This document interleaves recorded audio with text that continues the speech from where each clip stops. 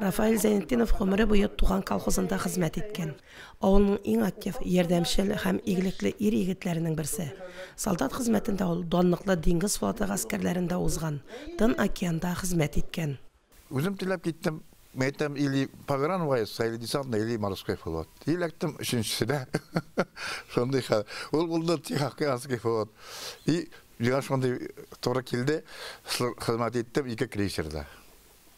И штаб боевая службада булдым. Махсус хәрби операция башлангачта Рафаэль абый күңеле белән әллә кайчан үзен шундагы егетләр арасында күрә. Татарстанда контракт төзүчеләрне җыюның яңа дулкыны башлангач, һич шикләмичә ул район җитәкчелегенә үзенең контракт төзергә теләге барлыгын җиткерә. Үзем яшим, что-то диңгезгә торты. Шуңа китәсез махсус хәрби операцияга. Үземнең специалист булмас, наверное, әмма мичман должностьмә кызыксыныр. Исән Саудияны кайтырга ясың, обязательно дип бездәк була инде. Теге кайтырга кирәк инде ул, чөнки туган җир бит. Һәрбер кеше үз туган җирендә кайтып үз нин шунда үтәргә тиеш инде. Бүген райондашыбыз махсус хәрби операцияда хезмәт итә.